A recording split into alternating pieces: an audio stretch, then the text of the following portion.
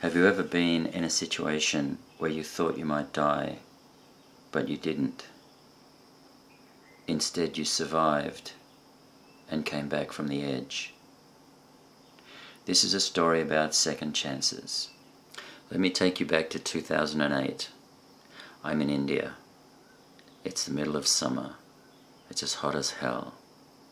So I grabbed a friend, got on the motorbike, and we took off for the coast on a day trip. It took over 2 hours to ride home, mostly in the dark, dodging potholes and chaotic Indian traffic at the end of a 14-hour day.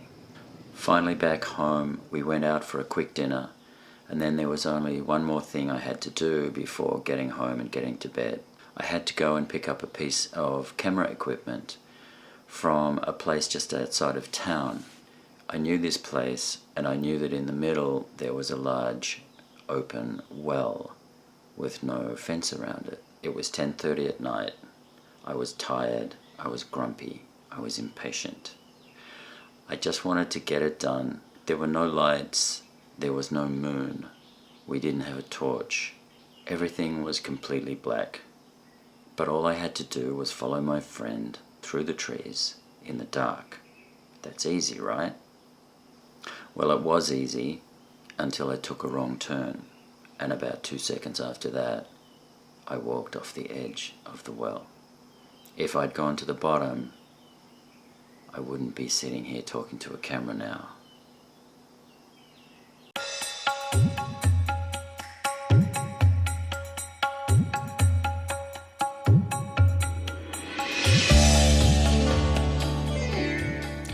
So I walked off the edge, and I fell forward into this head down, and as I'm falling through the darkness, I can only remember one thing, and that was thinking, I hope I hit something soon, because the longer it takes, the harder it's going to be. The next thing I remember, I was lying face down on rock. I knew immediately my arm was broken, but I also knew I was alive.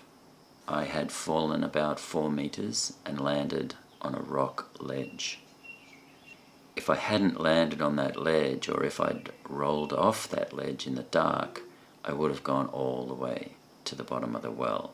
I took some time to sort of realize what had happened, and then I set about trying to climb out of the well very slowly and very carefully.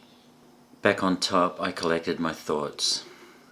As well as fracturing my arm, I also dislocated my right shoulder, fractured a wrist bone, possibly fractured a rib, and sustained a few other scratches and small injuries. I needed help from someone who knew how to make shit happen, and so I called my Australian mate Tony. There was no ambulance service in rural South India where we were, so we had to find a taxi. The next 4 hours was just a chaotic midnight mess. First the local government hospital being told I needed x-rays and they didn't have an x-ray machine, so then we had to find an x-ray centre, making phone calls, waking people up, getting the x-rays done, back to the government hospital, getting a huge pain-killing injection in my ass, being told I needed surgery and they couldn't do it at that hospital. And so then getting in the taxi and going to Vellore, an hour and a half away, to a larger hospital, and getting admitted. By that time it was about 2:30 a.m. 3 days later, I had surgery, and I woke up to this. After the operation, the surgeon told me that inside my arm, it looked like just a bag of bone fragments. After that, I went home, expecting to spend the next 3 months just learning to do everything left-handed and while my arm healed, and that would be the end of the story. 2 weeks after the surgery, I finally got back the courage to go back to the well and look at the scene of the accident. I looked at that rock ledge and thought, it's just not possible for someone to fall onto that in the dark and not fall off. I realized then I really had cheated death. I found myself asking, how am I alive? And why am I alive? It felt like there must be some reason or purpose to it.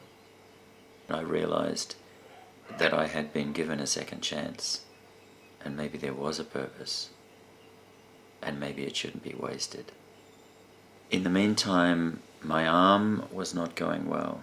It didn't feel like it was healing, and it seemed to be going out of shape. I heard of a good orthopedic surgeon in Chennai at St. Isabel's Hospital, Dr. George Thomas. He was really great, very experienced.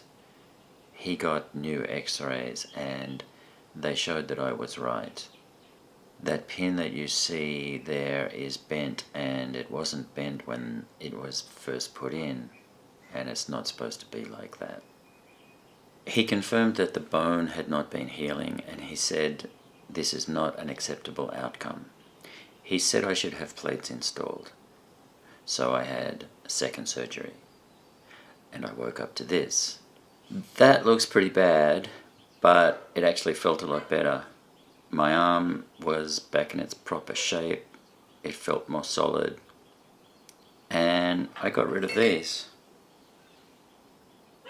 These are the rods and bolts that came off my arm and were drilled into my bones. I asked Dr. Thomas after the surgery if he had any advice about helping my arm to heal, and he said, don't fall in any more wells. So now, fast forward 9.5 years. Over the years I've been having some problems with noises coming from my wrist when I made a fist. And that noise is called crepitus, and it's caused by the tendons running up and down over the plates that were in my arm now. And I went to see an orthopedic surgeon in Melbourne, where I was at the time, and he listened to the noise and he said, dude, you need to get those plates out. So I had the third surgery and I woke up to this. I blurred out that image because the wound looked a bit gross. It got infected, which was my fault, but it's all good now. Anyway, this stuff is what came out of my arm after that surgery. This is very expensive titanium alloy that came all the way from Switzerland. This is what was put in India in the second operation. And I used to set off the alarms in airports all the time. Now I don't, so that's cool. Fast forward to 2 weeks ago. I'm back in India, and I started having those thoughts again. Those thoughts about purpose and time not to be wasted. And then I realized that the 10th anniversary of this accident was just around the corner. I felt like I should do something to mark the occasion. Then I saw a video. I'll put the link below in the description. It was about 2 talented young filmmakers who were in America, and they had a major car accident and they cheated death also, like me. They did something on the 1st anniversary of that accident to mark the occasion, and when I saw what they did, I was inspired.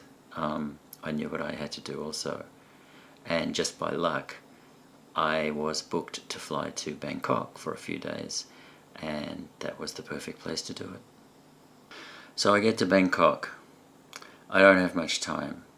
On the day in question, I needed to get to the other side of town in a big hurry. I wanted to find someone who understood the need for speed.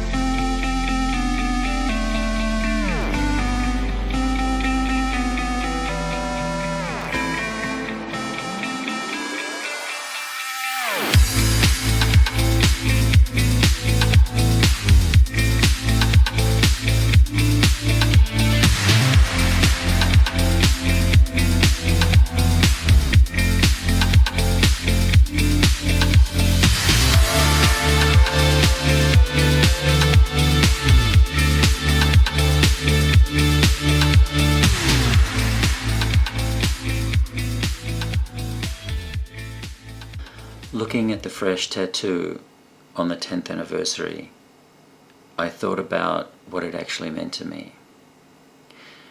I was giving thanks for being alive, for having a second chance. I wanted the tattoo as a reminder that time is limited. In Latin, they have a saying, memento mori.